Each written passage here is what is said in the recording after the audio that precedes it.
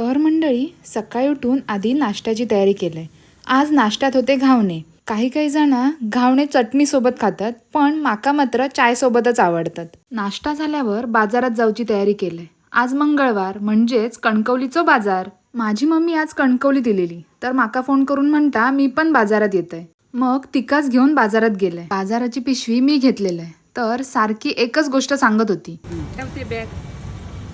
Mummy, मगाशी बॅगचं काय म्हणत होतास? अगं तुमका जमायचं नाही म्हणजे मी जिमला जातो म्हणून काय झालं?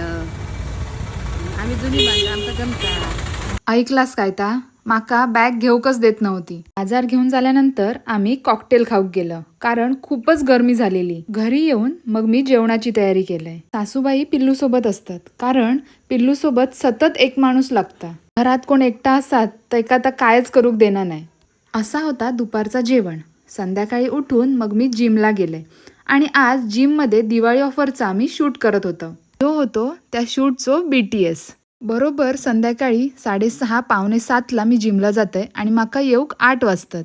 जिमवरून येऊन मग मी रात्रीच्या जेवणाची तयारी केली.